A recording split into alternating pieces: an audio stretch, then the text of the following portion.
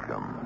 I'm E.G. Marshall, principal of this little dread schoolhouse, where our curriculum consists of lessons in mystery, suspense, and the macabre. We say they were giants, those founding fathers of ours, and indeed they were. Giants of intellect, morality, and ability. But they were also human giants, bedeviled by human problems, tormented by heedless children, persecuted by jealous enemies, embarrassed by foolish friends, and even haunted by ghosts. It's a ghost, John. It must be a ghost. There is no such thing as a ghost. I heard him. You're talking like a woman, Abigail. And what does that mean? Well, it shows that no matter how intelligent a woman may be, in the end she has certain weaknesses that well, there is no such thing as a ghost. What's that? Oh, tell me there's no such thing as a ghost. Well, what, John? Are you about to start talking like a woman, too?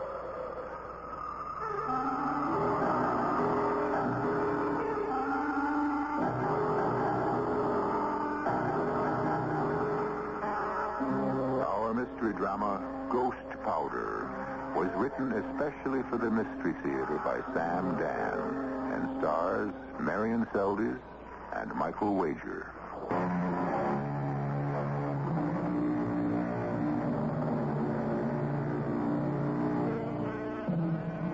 If you were to say to John Adams, "You can't tell the players without a scorecard," naturally, this great American wouldn't know what you mean. But if somehow you could explain it, he would fix you with that level, steadfast look of his and say that you couldn't tell the players even with a scorecard. Here was John Adams in 1784, getting more flack from our recent French ally than from our former English enemy. Here he was, ambassador to Paris from the United States, and nobody really quite knew just what the United States was, or were. His colleagues, Franklin and Jefferson, were great men, as we all know, but very difficult to live with. His wife, Abigail, insisted that she couldn't run the embassy properly on his meager salary, and when he asked the Congress for more money, their answer was to cut his wages. In addition, their rented chateau, a place called Auteuil, was haunted by a ghost. But Henri swears he heard him. Which one is Henri, Abigail? Henri is the one who cleans the floors. When did anyone ever clean the floors in this place? Well, Henri does the best he can. It isn't good enough. Now, dear, about the ghost. There is no such thing as a ghost. Let us discuss this rationally. How can you possibly discuss a thing like a ghost? Rationally, it's a contradiction in terms. John, you simply cannot close your mind. Are you telling me you actually believe I am that... telling you what Henri said. I see. An illiterate French peasant has suddenly become a respected authority on the supernatural. Well, why don't you talk to him? How can I speak to him? I don't speak his language. Ah, but he speaks yours. I noticed that. You noticed what? He speaks yours. The of reproach. See how this humble, uneducated man takes the trouble to learn your language while you will not bother to learn his. That isn't what I meant to say. But now that I hear it stated, I must say I agree with it. I am far too busy to study this exercise in nasality. But, darling, you are the ambassador. Not exactly. I am the minister plenipotentiary. And Mr. Benjamin Franklin is the ambassador. Well, actually, Mr. Franklin is the ambassador emeritus. I wish Mr. Franklin would go home to Philadelphia, where I understand he is worshipped. Mr. Franklin is coming to dinner. Oh, no. Why are you so stuffy this afternoon, John? It's so unlike you. I've been away from Boston too long. Now, about Henri and his ghost. I don't wish to talk about Henri and his ghost. What is there that I can say to this superstitious servant who... Why don't you listen to him first?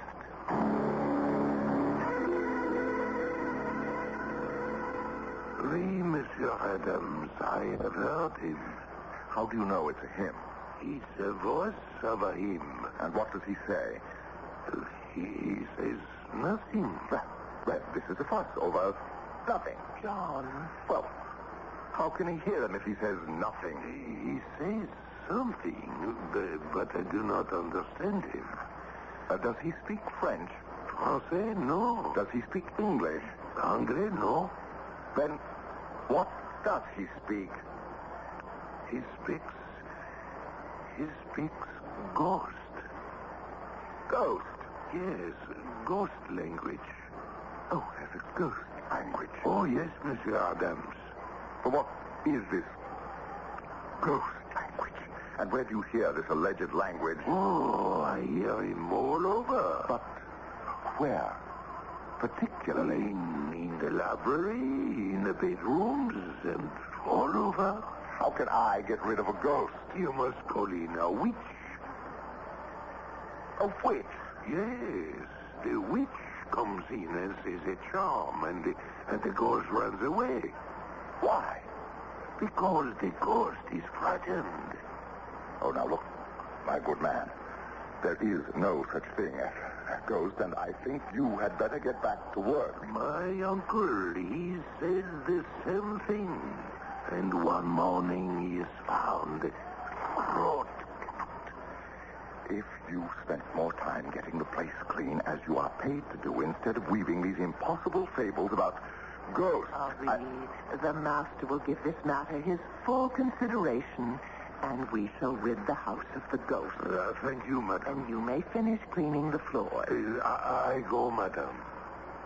Now, Abigail, I do not relish being called the master as if I were some feudal aristocrat. Ah, but your dear friend Tom Jefferson is a feudal aristocrat back home, and he is called master by hundreds of slaves. We are not discussing Tom Jefferson. We are discussing a matter of gross superstition. Why must I indulge him in this superstitious nonsense? To make my life easier. What does this have to do with you? One day, my dear, there will be another revolution.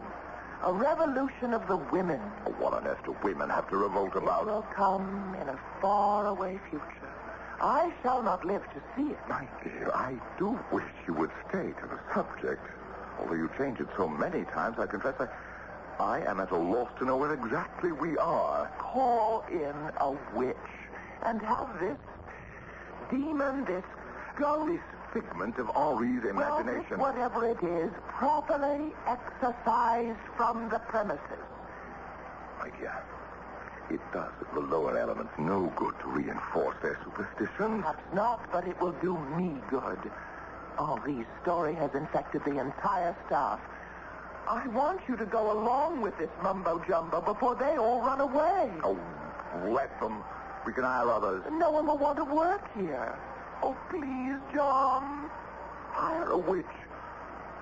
Do realize what would happen if a word of this reached home? I'd be the laughing stock of the country. The thing could be done for a single silver franc.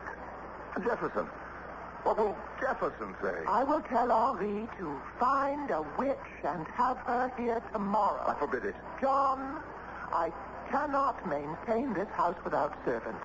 I can't entertain at official dinners, and I insist... I will not reinforce the dark ignorance of the human race. John, please. I have nothing more to say. This is a matter of housekeeping. It doesn't concern you. Whatever lessens the dignity and the sanity of the human race concerns me. You're not making a speech before the Congress.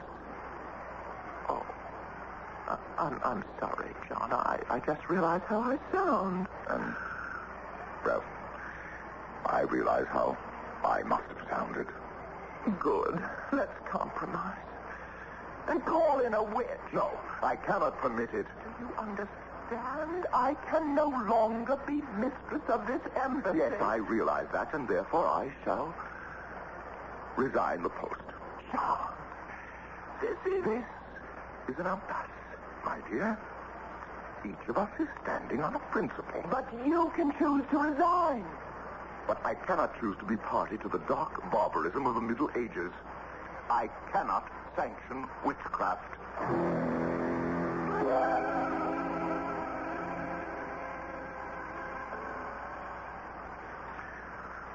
Well, the truth of the matter is the French do not wish for us to sign a treaty with England. John, come to bed. And neither Franklin nor Jefferson can see it. Had enough politics for one night. Why are Franklin to bed? Can't we talk about it in the morning? Jefferson is so grateful to France. John, I'm very sleepy. Tom, understand that we did more for France than France did for us. One day, everyone will understand it, but tonight, France and England are mortal enemies. Our independence is a body blow to England. Why do you and Franklin and Jefferson argue so ceaselessly? Each of you has already stated his position. I intend to go back to Boston. Yes, dear. Retire from political life. Of course. And to the farm. That would be nice. Practice a little law. Certainly. You don't believe what I'm saying. Not a word of it. Yes? Madame? What is it, Pauline? Madame, I am frightened. Of what? The ghost. Which ghost? Oh, I would assume it's the same one. Oh, now somebody has to put his foot down. John. Young woman. Monsieur? There is no such thing as a ghost. Oh, monsieur, one does not make the joke about the ghost. It is silly, nonsensical, superstition, and I have had quite enough. Now, as master of this house, I order you to get to your bed and have yourself a full night's sleep in order that you may be fit for your duties in the morning. Is that understood? But, monsieur... That will be all. Good night. Not another word. You may leave. You have just transformed a problem into a disaster. You told me these people were peasants, and so I thought I would speak like a master. They can't accept you as a master. They can't? Why not? Well, it has to do with the customs of the country. I am becoming rather satiated with the customs of this country. You do not behave like the master of a chateau. Well, how does a Well, a true gentleman of the blood would have, in addition to his wife, a mistress. I'm not old enough. Perhaps when I reach Mr. Franklin's age. Oh, John, tomorrow morning, please, hire a witch.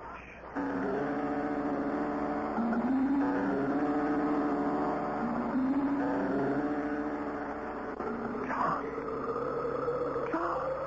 What? Huh? John, please wake up. Wake up. Why? It can't be morning. Listen. What? What is that? That? It's your imagination. You don't hear it? It is. I think so. Well, is it your imagination, too? No. What is it? It's That's a ghost. No, Abigail. I know there's no such thing as a ghost, but what do you call that? Well, John, I remember my grandfather and my aunt. They'd tell us children's stories about... John, I'm frightened. Oh, dear Abigail, it's impossible. Big, gloomy, lightning house. Who knows what crimes may have been committed here? Abigail, there is no such thing as a ghost. Then why is your hand shaking?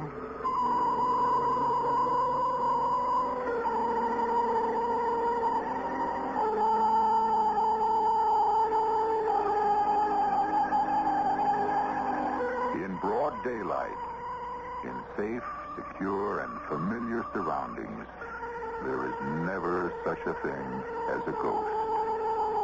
But in the dead of the night, in a strange country, in a large, gloomy house, one can never really be sure. We have never had, in this country, a more down-to-earth, sensible pair than John and Abigail Adams. But they've never had occasion to spend a night like this one either. I shall return very shortly with Act 2.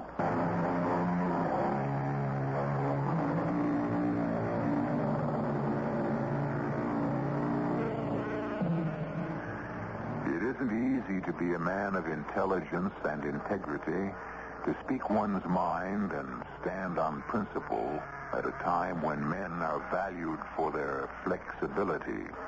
Nor is it easy to be a woman of wisdom and candor at a time when women were valued purely for decorative and pleasurable purposes. And so we have described John and Abigail Adams.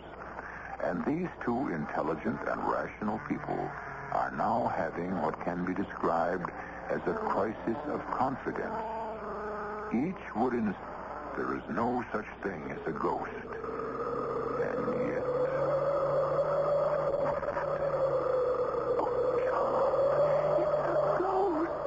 Abigail, there is no such thing. I know, but just tell me what that is. I am going to find out. Let me come with you. No, you stay in bed. No. I'll settle this once and for all. John, do we have a pistol? Now, when did we ever have a pistol in this house? You have to have something to... Well, if it's a robber, this fireplace poker. But suppose the place is being robbed. What is it that we really care about? That can't be a thief. Thieves would be quiet. I'll go see. John! John!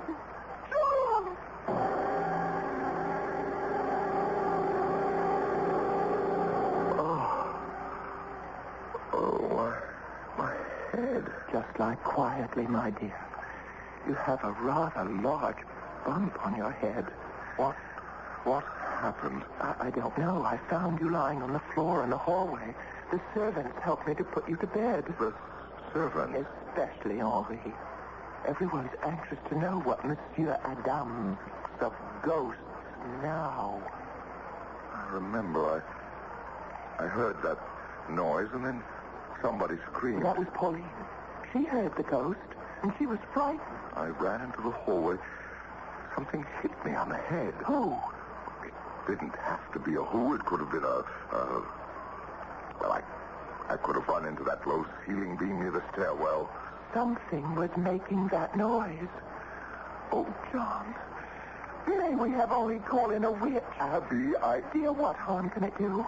If there's no such thing as a ghost, then all we've lost is a single silver franc. But if there is now, Abby... Please, John. It's the only way that I'll be able to keep the servant. All right. But no one must know. I'll be silent. Silent as the grave. That is hardly a fortunate figure of speech.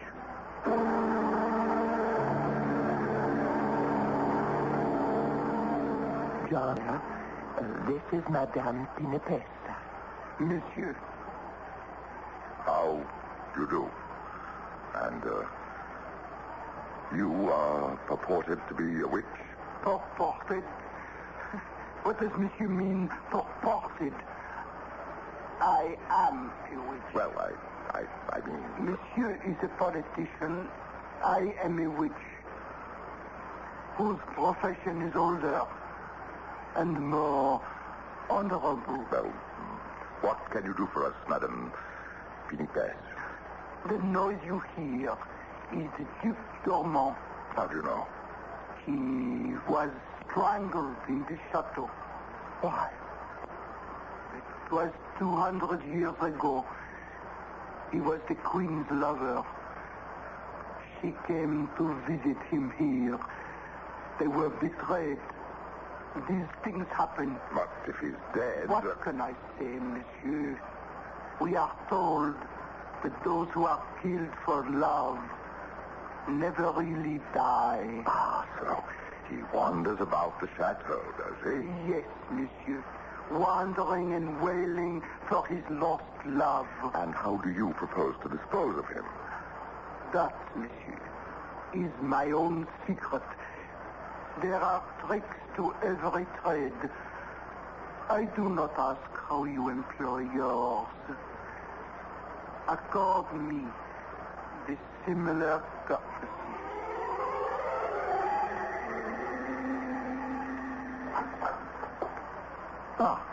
Count de Verlaine. Madame said to wait for you here, Monsieur Adams. Welcome, Your Excellency. To what? Do I owe the honor of this visit? Monsieur, I think we might discuss your rental of several French frigates of war. Your Excellency, we have no need of... But you have no navy to speak of at present. And the Algerine pirates? Oh, yes, we do have trouble with the pirates on the Barbary coast. And since the building of a battle fleet is, of course, prohibitively expensive... We are aware of the problems involved. It will be difficult to raise funds through taxation. Your countrymen cannot seem to agree on the necessity to tax Virginia planters and Pennsylvania farmers in order to protect the interests of New England merchants. Sir, this is our internal affair. Naturally. Besides, we have other sources of revenue. Have you? I am given to understand that the Prussian loan is encountering difficulty. Do you, sir? It is common knowledge. Well, I must be going. Good day, monsieur. Such lovely weather. Yes. Thank you.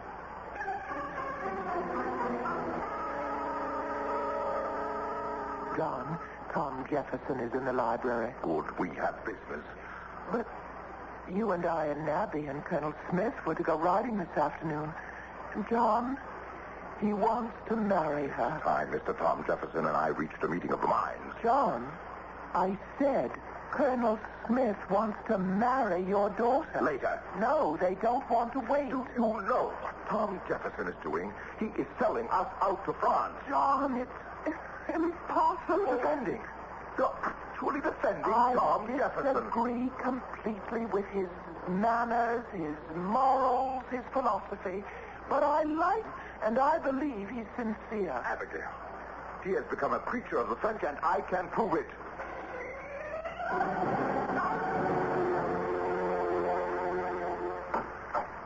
Well, John, why did you want to see me?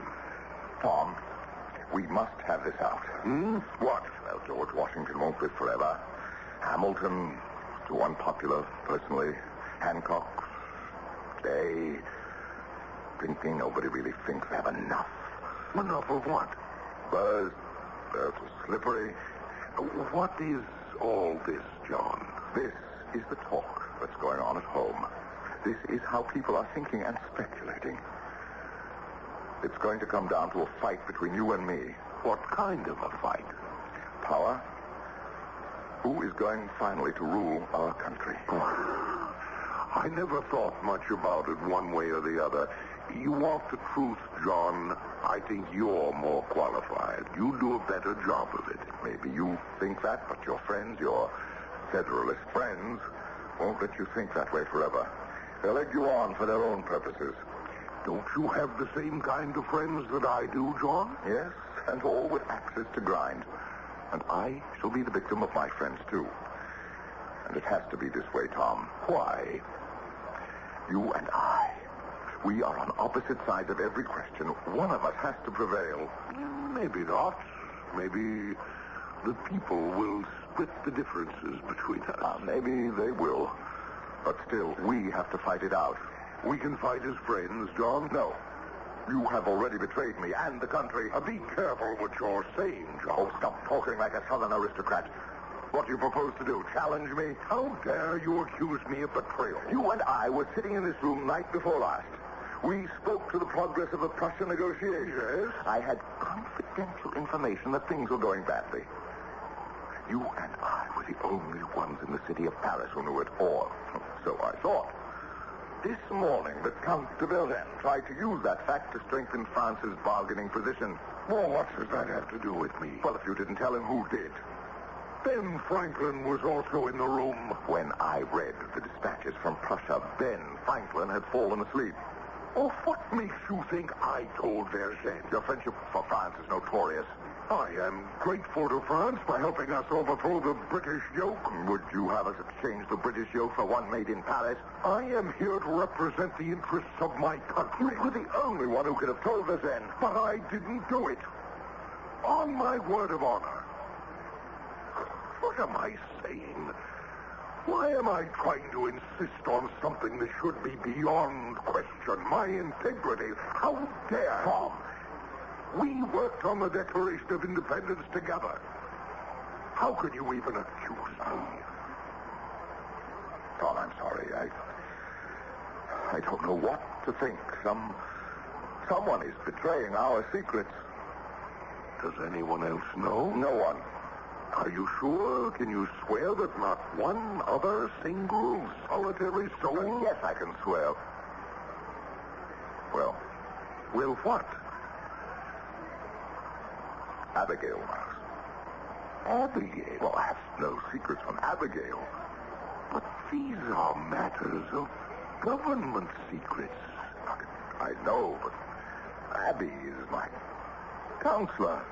Abby is only a woman. Only a woman. Yes, but I share everything with her. Is it possible? No, I can't say it. Abby could never. Can you forgive me, Tom? Well, I'll have to. I'm sure I'll be forced to say certain things in the future for which you'll have to forgive me.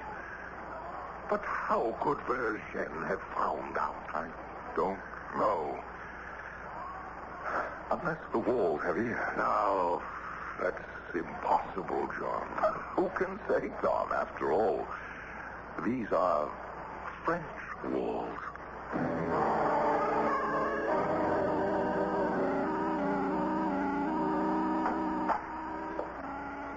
John. Oh, did I wake you, my dear? You know I always wait up for you. How was your day? Well, Tom Jefferson and I will somehow manage to live as friendly rivals. The British are impossible. French are unreasonable. They are unmovable. The Prussians are inscrutable. How was your day? Well, we got through it somehow. Has our sorceress managed to exorcise the ghost? So far, the staff seems quiet. Could have told Vergennes. Perhaps the courier. No. I would stake my life on his loyalty. Well, it's a problem we should sleep on. After all, sufficient unto the day is the evil thereof. I agree. I thought our witch took care of all of that. That's Madame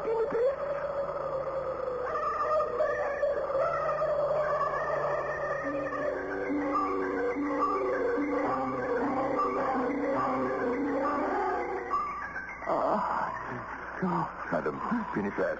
Madame Pinipes. Someone struck her down. Have the servants fetch water and bandages. You won't get any servants to come into this room. I'll go myself. Help me. Help me. Now, just try to be quiet, madam. It's true. It's true. What is true? There is... I never believed, but there is such a thing as a ghost. I saw him. I saw him. You saw whom? The ghost. The ghost. Madam Pinipes, speak to me. Speak. Say something, Madam.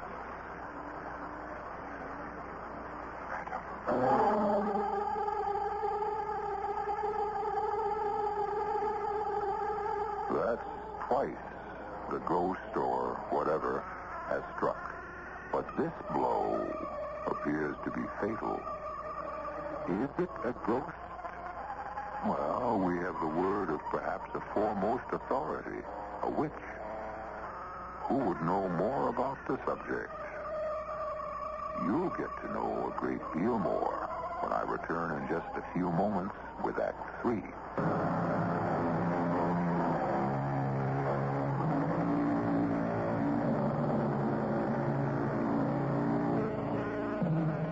Once again, what is so clear in the bright daylight becomes shadowy and blurred in the dim rays of the moon. Madame Pinipes, a sorceress who has been employed by the Adamses to exorcise a ghost, obviously has been exorcised herself. And this is no time to ask John and Abigail if they really do believe in ghosts. She is dead, John? Yes. But how did she die? Well, I saw her lying on the floor, but I assumed she'd been struck down, but... I know there isn't a single mark of violence. Then how did she die? Something must have... Now, we heard her scream. We both heard her. And what was she muttering when we came in here? The ghost. Yes, and something else. There is such a thing as a ghost. That's what she said. You see, she never really believed in it herself. To her, it was just a way of making money. But then at the very end, she saw a ghost, and it killed her. How? Well, she may have died of fright. Look at the absolutely terrified expression on her face. Have you ever seen such horror on a human countenance? I see it. But I don't believe it killed her. Why not? Because she didn't really believe in ghosts. She wasn't an ignorant, superstitious person. Neither are you, neither am I, but we've been having our doubts lately. And what is this? This thing clutched in her hand.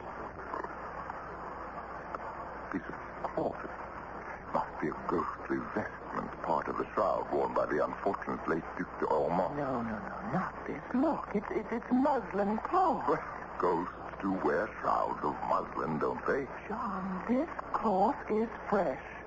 New. That proves that she was attacked, and she tried to fight. We had better call the authorities.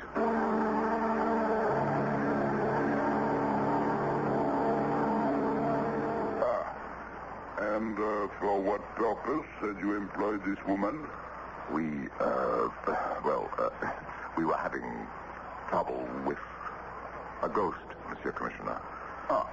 So, make a note of that, Sergeant. The house is haunted, then? It would appear to be. If the ghost killed her... If the ghost killed her... Oh, surely, Monsieur, you cannot believe in ghosts. Monsieur Adams, I have an open mind on the subject. But such a thing, it's not... It's not what? Possible? Yet, you and Madame say you heard the thing yourself. Well, we may have heard the wind whistling through the chimney. Surely, Monsieur Commissioner, you, a man like yourself, you cannot believe in ghosts. Monsieur, as a police officer, I must adhere to the facts. And these are the only facts we have. Well, then, at present. What do you propose to do? Nothing. A woman has been murdered. The physician who examined her could find no mark or sign of violence. But something must be done. I ask you, monsieur, what?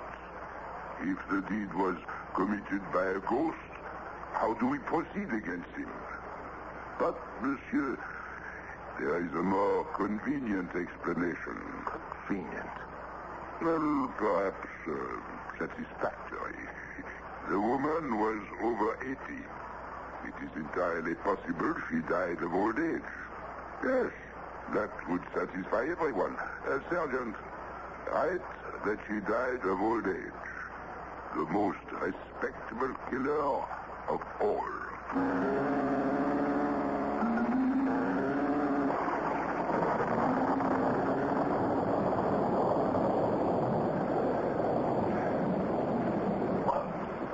Why do you insist?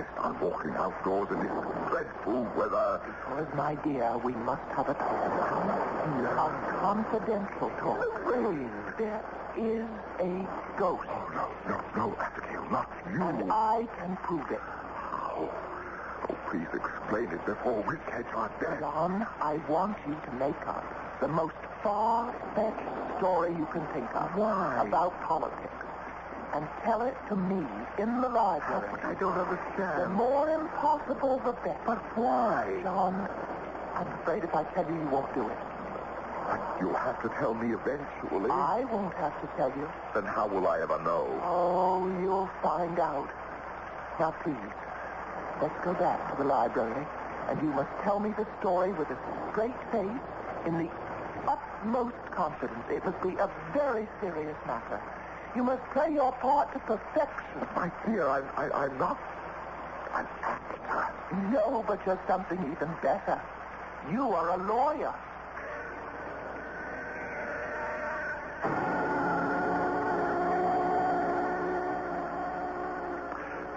Abigail, this is incredible. Really? Yes, this message I have just received from St. Petersburg. Really, my dear? Yes, from Count Ramyuntsev, a confidential minister to the court. But what have we to do with the Russians?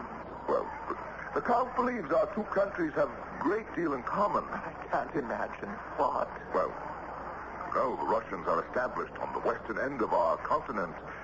We may one day become very close neighbors. We share a common border. I hadn't thought of that. France, as you know, holds extensive territories to the south, and they fear she will try to expand. Oh? Yes, and the Russians would rather have us for a neighbor than the French. Well, that makes considerable common sense. And so they are willing to lend us money to aid in our expansion, provided we break off all relations with the French. Oh, I see. A Russian alliance. What an interesting possibility.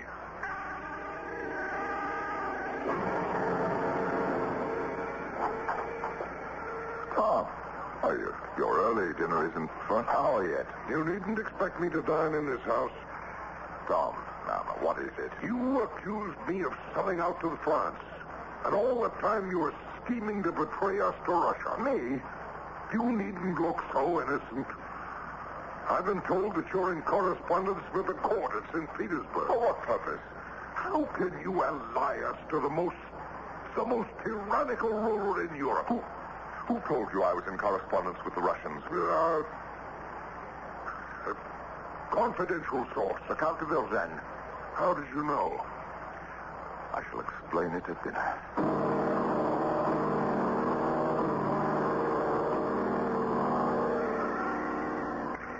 And you say this ghost or whatever overhears our conversation and reports it to de Vergennes. Listen. That is our ghost. That sound? Where's it coming from? The library. And, there he goes now. Where? Obviously, he's leaving the house. Well, let us settle this thing, John. No, let me go first. Oh, no. Oh, no danger. I shall have two stout gentlemen to protect me. Now, let me open the door. Hand me the candelabra. Now, look. Where? Just to the right of the fireplace. You see? On the floor. Footprints. Yes. Those are footprints. Outlined in white powder. Yes. A lady's face powder. Cornstarch powder. I sprinkled some on the floor. Someone seems to have walked out of the wall. That wall, it must have a false entrance, a hidden panel. We should be in no trouble finding it. Now that we know what to look for, there must be a hidden release. Here, tap against every part of the wall. That's it. Keep tapping all over.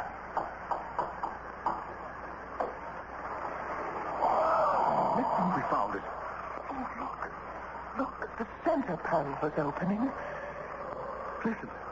The ghost noise. Can't be a ghost inside. Or can there? It's a long passageway. Feel the breeze. That's what it is, John, the breeze. The breeze whistling through the passageway when the panel is open. That's what makes the noise. Are you sure, Tom? The Polish panel's closed. See? The air is no longer rushing along in the passage. Then the noise is created when the ghost or whoever enters and leaves. And that's why Madame Pinipesa was frightened to death. She encountered him. It is the Duc d'Ormont wandering about his ancestral home. Or is it a spy who reports all our conversations to the Duc de Vergennes?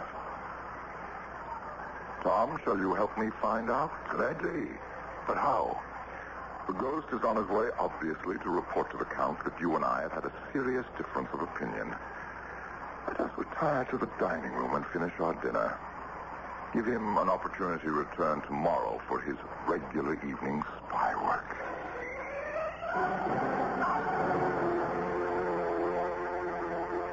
It is no secret. What is no secret, Count Vergennes? That your country's existence is threatened by factional strife. Factional strife may be a sign of vigorous national health. Oh, my dear Adams. Now, suppose France supports your side. My side. Suppose we give you money, even troops, in the event of civil war. Assuming all you say is true, why support me? We would support a solid, conservative person such as yourself. Do I make myself clear? I must say, sir, you seem to have a most incisive grasp of the situation. We have excellent sources of information. So I see.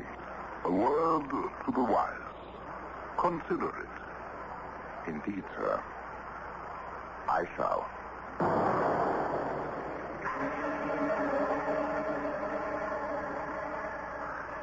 I fear, Mr. Jefferson, that further discussion between us is pointless. I shall write to the Congress. They must choose between you and me. I shall write in the same manner. I have no intention of listening to further lies and slander on your part. And I have no intention of remaining a moment longer under this roof. Allow me to show you the door, sir.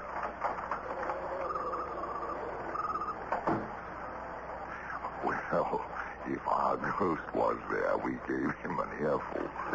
If he was there.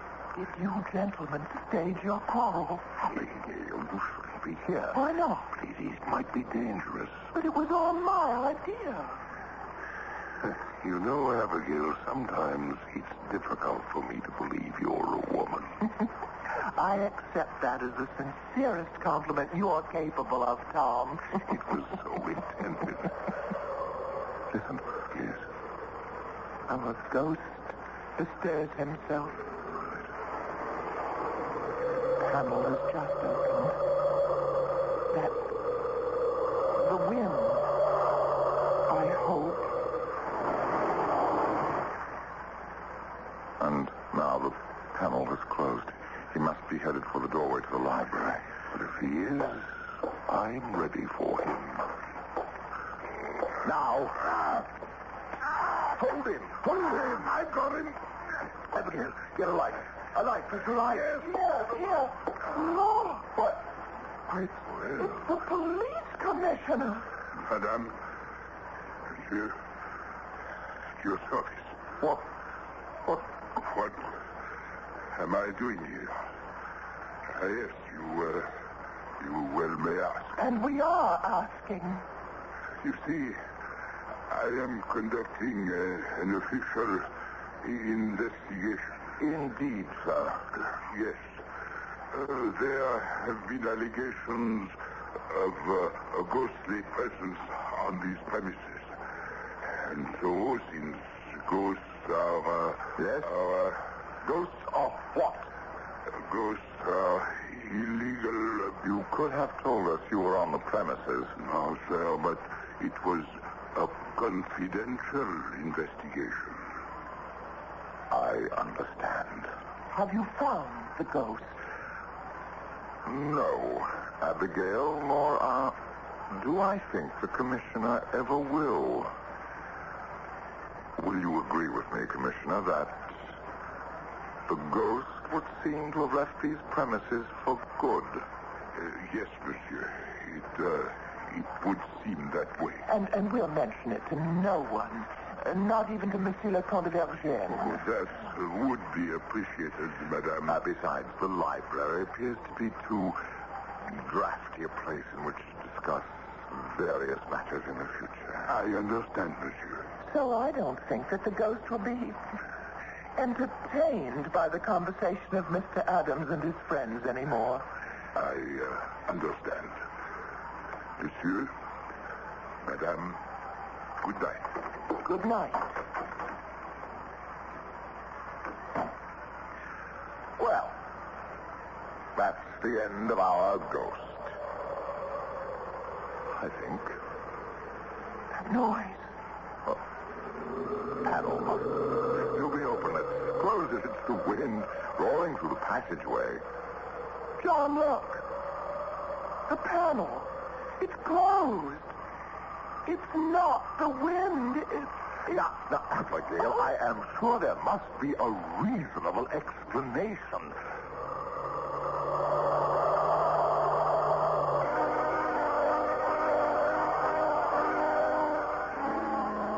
I'm sure there was, but John and Abigail Adams never found it. Within a few months, they received orders from the Congress, which transferred them to England, where John Adams became the first American ambassador to the court of St. James.